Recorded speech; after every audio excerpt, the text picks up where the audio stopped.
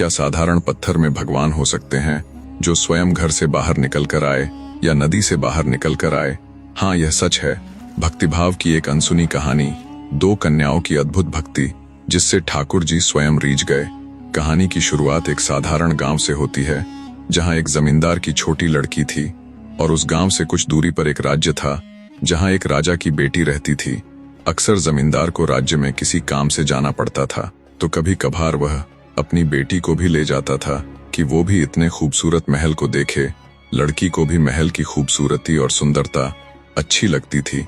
जब भी अपने पापा के साथ जाती तो जमींदार तो अपने कार्य से जाता, लेकिन उसकी बेटी पूरे महल में खेलती।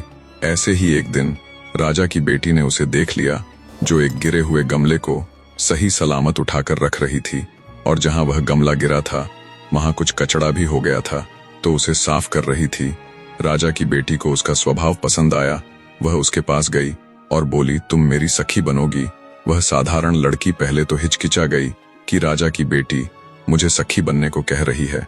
वह कुछ कह पाती, इतने में उसके पिताजी ने आवाज दी, बिटिया कहाँ हो? चलो आज जल्दी चलना है। उसने राजा की बेटी को बिना जवाब दिए चली गई। अब जमींदार का राज्य में कोई काम ना पड़ता था। ऐसे ही कुछ दिन बीत गए। इधर राजा की बेटी हर रोज उसका इंतजार करती कि वो कब आएगी, क्योंकि उसे एक सरल स्वभाव वाली लड़की पसंद थी।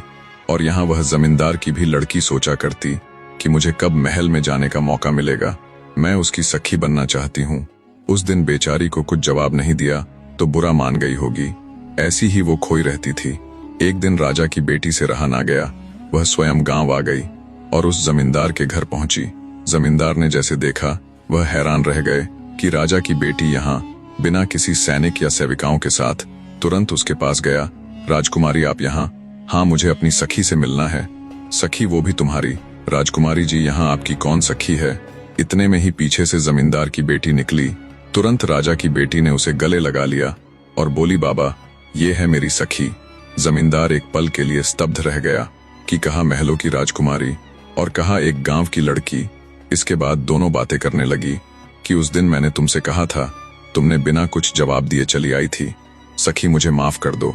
जब तुमने सखी का प्रस्ताव मेरे सामने रखा, मुझे यकीन नहीं हो रहा था और मैं कुछ कह पाती। तभी पिताजी ने आवाज दी तो मैं चली आई थी। दोनों ने एक दूसरे को माफ किया और एक गहरी मित्रता की शुरुआत हुई। अब तो वह जमींदार की बेटी बिना किसी से पूछे महल में कहीं भी आ जा सकती थी। कोई उसे नहीं रोकता था। सभी जानने लगे कि वह राजकुमारी की सखी है। दोनों हर रोज बगीचे में खेलते। ऐसे ही एक बार एक संत महात्मा चातुर्मास करने के लिए उस गांव में पधारे और गांव में उस जमींदार के यहाँ 4 महीने रुके। जब भी कोई महात्मा या रसिक आते हैं तो उनकी एक अलग और पवित्र व्यवस्था कराई जाती है, ताकि उन्हें अपनी पूजा पाठ में कोई दिक्कत ना हो। उसी प्रकार उस जमींदार ने महात्मा के लिए एक अच्छी व्यवस्था की। अगले दिन हर रोज की तरह राजा की बेटी आई। दोनों वही पास ही खेल रहे थे। उसी समय उन संत ने अपनी पूजा पाठ करना प्रारंभ किया। बढ़िया एक स्थान को पवित्र किया और उसमें एक साफ कपड़ा बिछाया और सिंहासन रखा। फिर अपने शालिग्राम को निकाला, उन्हें अच्छे से स्नान कराया, इत्र आदि लगा। इधर संत अपनी पूजा में मस्त थे और बाहर से ये दोनों कन्याएं देख रही थी। फिर दोनों ने एक दूसरे को देखकर बोला, ये वाला खेल हम भी खेलेंगे। ये खेल तो बहुत अच्छा है। तुलसी तोड़कर लाओ, चढ़ा दो। पुष्प तोड़कर लाओ, चढ़ा दो। इत्र से भगवान को चिकने कर दो। माला पहनाओ, आरती करो और भोग लगाओ। जैसे हम खाते हैं वैसे इन्हें खिलाओ। ये खेल बहुत अच्छा है, हम दोनों खेलेंगे। तभी एक बोली, पहले सीख तो ले, फिर खेला करेंगे। अब उन दोनों का यही नियम हो गया। जब संत अपनी पूजा में बैठते तो दोनों जाकर उन्हें देख देख कर सीखा करती। फिर दोनों बातें करती, आज ऐसी किया है, फिर ऐसा करना है। उन दोनों के 4 महीने देखने में ही निकल गए। अब 4 महीने बाद उन महापुरुष के जाने का समय हुआ। संत ने अपना सारा कुछ समेटना शुरू किया। सुबह सुबह दोनों लाली आई। देखा कि पर्दा निकाला जा रहा है, सिंहासन बंद किया जा रहा है, ठाकुर जी उठाकर बक्सा में रखे जा रहे हैं। दोनों रोने लगी। बोले, ये क्या हो रहा है? संत महात्मा जी बोले, लाली अब सेवा पूर्ण हुई, अब हम जा रहे हैं।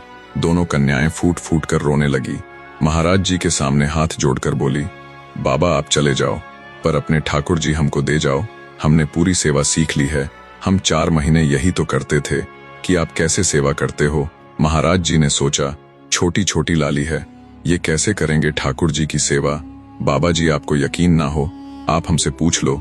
सेवा की सारी प्रक्रिया, सुबह इतने बजे उठना है, फिर ठाकुर जी को दूध का भोग लगाना है, फिर गर्म जल से स्नान कराना है, फिर पवित्र वस्त्र से साफ करना है, फिर तुलसी अर्पित करना है, फिर भोग लगाना है। सब आता है हमको, आप अपने ठाकुर जी हमको दे जाओ। संत परेशान होने लगे कि अब क्या किया जाए। धीरे धीरे गांव के कुछ लोग आ गए। जब संत ने सारी बात बताई तो गांव के लोग उस जमींदार की बेटी को समझाने लगे, लेकिन कोई भी उस राजा की बेटी को नहीं समझा रहा था। संत बोले, आप लोग एक को समझा रहे हो, इस लाली को भी समझाओ। इतने में जमींदार वहां आ गया और बोला कि महाराज, ये मेरी बेटी है, इसे ना दो तो चलेगा, लेकिन दूसरी राजा की बेटी है, अगर इसे नहीं दिया आपने और अगर इसने जाकर अपने पिता से शिकायत कर दी तो आप भी जानते हैं राजा की कहां तक पहुंच है। अगला चातुर्मास देख नहीं पाओगे आप। और ये सभी इसे इसलिए नहीं समझा रहे हैं, यदि राजा को पता चला और राजा अगर इन्हें समझाया तो इन्हें ढूंढे धरती नहीं मिलेगी। महाराज जी सोचे, हम तो गलत फंस गए। जमींदार बोला, और सुनिए महात्मा जी, अगर आपने राजा की कन्या को दे दिया और मेरी कन्या को नहीं दिया तो इन दोनों में क्लेश होगा और इसके कारण हो सकता है कि राजा नाराज हो जाए और मुझे और मेरी बेटी को इस नगर से बाहर कर दे। महाराज जी, सब बिगड़ जाएगा, इसलिए इन दोनों को ठाकुर जी दे जाओ। तभी संत जी बोले, ये कोई खिलौना है, दे जाओ। 50 साल से सेवा कर रहा हूं इनकी, ऐसे कैसे दे जाऊंगा? तो फिर आप ही सोच लो क्या करना है। संत ने बैठकर कुछ देर विचार किया और फिर वह बाहर गए और शालिग्राम जैसे दिखने वाले 2 पत्थर ले आए और जल्दी से उन्हें तेल आदि लगाकर चिकना किया और तिलक लगाकर सिंहासन पर बैठा दिया और अपने शालिग्राम को एक सामान्य सी चौकी में रख दिया। इसके बाद दोनों कन्याओं को बुलाया और कहा, बेटा बताओ ठाकुर जी कहाँ है? एक बोली, वो ऊपर बैठे हैं। और ये कौन है? ये भी ठाकुर जी है। तभी महाराज जी बोले, नहीं, ऊपर वाले जो है वो ठाकुर जी है और नीचे सेवक है। अब बताओ, तुमको सेवक चाहिए या ठाकुर जी? दोनों बोली, नहीं नहीं, हमें तो ठाकुर जी चाहिए, सेवक नहीं चाहिए। तो सेवक मैं ले जाऊं? हाँ, आप ले जाओ। तब जाकर संत को जी में जी आया। हालांकि गांव के सभी जानते थे कि महात्मा जी ने अपनी चतुराई दिखाई है। जमींदार बोला, वाह महात्मा जी, अपने अच्छी बुद्धि युक्ति लगाई है। सामान्य से पत्थर दोनों कन्याओं को दे दिया। जैसे ही महात्मा जी जाने लगे तभी कन्याएं बोली, इनका नाम क्या है? तांगा में बैठे बैठे बोल दिया, शिलपिल्ले भगवान। अब आप सोच कर देखो, ना कोई संप्रदाय है, ना कोई पद्धति है, ना किसी प्रकार का क्रम है और ना ही भगवान असली है, केवल सामान्य गली का पत्थर है। अब यहाँ दोनों कन्याओं को भगवान मिल गए। उनके चेहरे पर बड़ी प्रसन्नता थी, जैसे उन्हें उनके प्राण मिल गए हो। अब जो जमींदार की बेटी थी वो अपना घर में उनकी सेवा करती और जो राजा की बेटी थी वो अपने राजभवन में सेवा करती। और जब भी दोनों मिलते तो अपने अपने शिलपिल्ले भगवान की बातें किया करते। आज तुमने क्या खिलाया? आज मैंने खीर का भोग लगाया है और मैंने गुड़ का भोग लगाया है। और भी खूब सारी बातें करती और दोनों बड़ी प्रसन्न रहती थी। इधर जमींदार का जो छोटा भाई था वो अपने बड़े भाई यानी जमींदार से वैर माना करता था। जब उसकी नीयत काफी बिगड़ गई तो उसने सही मौके का इंतजार करने लगा। उसका इरादा था कि भाई का सारा धन चोरी करूंगा। इसके लिए उसने कुछ चोरों को भी बुलाया जिससे काम जल्दी और सफाई से हो जाए। ठीक कुछ दिन बाद जमींदार को किसी काम से दूसरे गांव जाना था। उसी दिन छोटे भाई ने अपने चोरों तक संदेश पहुंचा दिया कि आज हर हाल में सामान चोरी करना है। अब चोर बड़ी सफाई से घर के अंदर घुसे और जब वह सामान चोरी कर रहे थे तो चोरी के साथ साथ उन्होंने बेटी के शिलपिल्ले भगवान भी चोरी कर लिया। जैसे ही सुबह जमींदार घर में प्रवेश हुआ तो यहाँ सभी रो रहे थे। उसने जाकर देखा तो उसकी पत्नी ने सारा वृत्तांत बताया कि कल रात घर से सामान चोरी हो गया है। सभी अपने अपने कीमती सामान को लेकर दुखी हो रहे थे, लेकिन उसकी बेटी अपने शिलपिल्ले भगवान को लेकर बड़ी दुखी थी। उन्होंने कुछ खाया नहीं होगा, सुबह से भूखे बैठे होंगे बेचारे। सुबह से उठते ही दूध पीते हैं, आज पता नहीं कहाँ चले गए। पिताजी मेरे शिलपिल्ले भगवान लाओ, कह कहकर रो रही थी। जमींदार को पहले से ही पता था कि वो एक सामान्य पत्थर है, लेकिन बेटी दुखी ना हो इसलिए उसे कुछ कह नहीं रहा था। लेकिन यहाँ आज सामान चोरी हो गया और उसे पत्थर की पड़ी है, उसलिए हल्का क्रोध में अपनी बेटी से बोला, यहाँ कीमती सामान चोरी हो गया है, तुझे वो पत्थर की पड़ी है। पिताजी पत्थर नहीं है, वो शिलपिल्ले भगवान है। मैं उन्हें खाना खिलाती हूँ, वो मुझसे बात करते हैं। किसी ने उसकी बात नहीं सुनी। अब यहाँ 2-3 दिन बीत गए। परिवार का जो धन के प्रति कष्ट था वो थोड़ा थोड़ा कम हो गया था, लेकिन उस कन्या का हाल बेहाल था। ना कुछ खाए ना पिए। सभी उसे मनाते, लेकिन बोली कि मैं प्राण त्याग दूंगी अगर मेरे भगवान नहीं आए तो। तभी उसके पिताजी ने बोला, बेटी देख, ये सारा किया धरा तेरे चाचा का है, हम सब जानते हैं। उसने सारा धन अपने घर में धर रखा है, लेकिन क्या बताए, समाज में उसकी छवि बढ़िया है। लोग मानेंगे नहीं, सभी चोरों का इल्जाम लगा रहे हैं, लेकिन तू तो उसकी भतीजी है। तू जा घर चली जा और बोल दे कि कुछ दो या ना दो, लेकिन मेरे भगवान दे दो। बेटी बिना समय गवाए चाचा के घर गई। चाचा तो उसके द्वार पर खाट में ही बैठे थे। बोली, चाचा जी मुझे पता है कि चोरी आपने करवाई है। ये सुनते ही चाचा क्रोध में आग बबूला हो गया। तुझे किसने कहा मैंने चोरी की है? बेटी बोली, मैं आपको दोष देने नहीं आई हूँ, मेरे शिलपिल्ले भगवान है उसमें, आप उन्हें दे दो, बाकी कुछ दो या मत दो। चाचा ने विचार किया, अगर मैंने इसे शिलपिल्ले दे दिया तो प्रमाणित हो जाएगा कि चोरी मैंने कराई है। तभी उन्होंने मजाक में बोला कि तेरे भक्ति बहुत है और तू अपने घर से चलकर आई है, तो बुला ले अपने शिलपिल्ले भगवान को। अगर घर में होंगे तो चलकर आ जाएंगे, इतना तो कर ही सकते हैं। अब उस कन्या की भक्ति की पराकाष्ठा थी। उसने अपनी भुजाओं को फैलाया और नेत्र सजल भाव से, शरीर कांप रहा है, और भाव के साथ बोली, हे मेरे शिलपिल्ले भगवान, अगर मैं भाव के साथ आपकी सेवा की हो। उस छोटी कन्या के इतना कहते ही एक अद्भुत चमत्कार हुआ। वह सामान्य सा पत्थर खुद चलकर आया और उस कन्या के हृदय से लग गया। उधर खड़े कुछ लोग और उसका चाचा ये देख भौंचक्का रह गए। उसके चाचा को अपनी आंखों में यकीन नहीं हो रहा था। एक पत्थर निकल कर आया और कन्या के गले लग गया। तुरंत अपनी भतीजी के चरणों में झुक गया और बोला, जिस घर में ऐसी भक्त कन्या है उस घर से मैं विद्रोह मान रहा हूँ। उसने अपनी भतीजी से क्षमा मांगी और तुरंत सारा धन लेकर गया और अपने भैया को दिया और भैया को सारी बात बताई। ये सुनते ही जमींदार और उसकी पत्नी दोनों हैरान रह गए। अभी तक जिसे एक सामान्य पत्थर समझ रहे थे, तब उनको विश्वास हुआ कि ये तो साक्षात्कार परमात्मा है। इसके बाद सभी सुख पूर्वक रहने लगे। अब यहाँ कुछ समय बाद राजकन्या भी विवाह के योग्य हुई, तो राजा ने एक राजकुमार को नियुक्त किया। अगले दिन राजकुमार सहित सभी महल में पधारे। तभी राजकुमारी ने सभी के सामने यह प्रस्ताव रखा कि मैं विवाह के साथ अपने शिलपिल्ले भगवान को ले चलूंगी।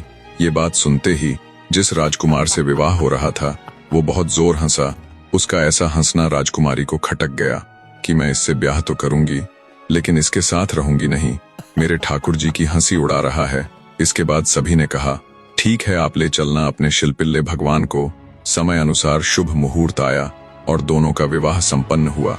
जब राजकुमारी रानी बनकर पालकी में बैठकर जा रही थी, तो ऐसे ही एक जगह रुके कि थोड़ा भोजन पानी कर लिया जाए। यहाँ सभी भोजन कर रहे थे। उधर पालकी में बैठी राजकुमारी भगवान से बात कर रही थी कि भूख लगी है, कुछ खाओगे? अरे आज तो बहुत थक गए होंगे आप, अभी कुछ समय में हम लोग पहुंच जाएंगे, तो मैं वहां पवित्र प्रसाद बनाकर आपको खिलाऊंगी। ऐसे रास्ते में नहीं खाते, क्या पता किसका जूठा कूठा हो। राजकुमारी ऐसी ही अपने शिलपिल्ले भगवान से बातें कर रही थी। इधर राजकुमार ने सोचा, सभी लोग व्यस्त है, मैं जाकर पालकी में बैठूं, थोड़ा बात तो करूं अपनी पत्नी से। तो राजकुमार पालकी में गया और अंदर बैठ गया। बोला, क्या बड़बड़ा रही थी तुम, किससे बात कर रही थी? तभी हल्की स्माइल के साथ उसने डलिया में रखे शिलपिल्ले भगवान को दिखाया।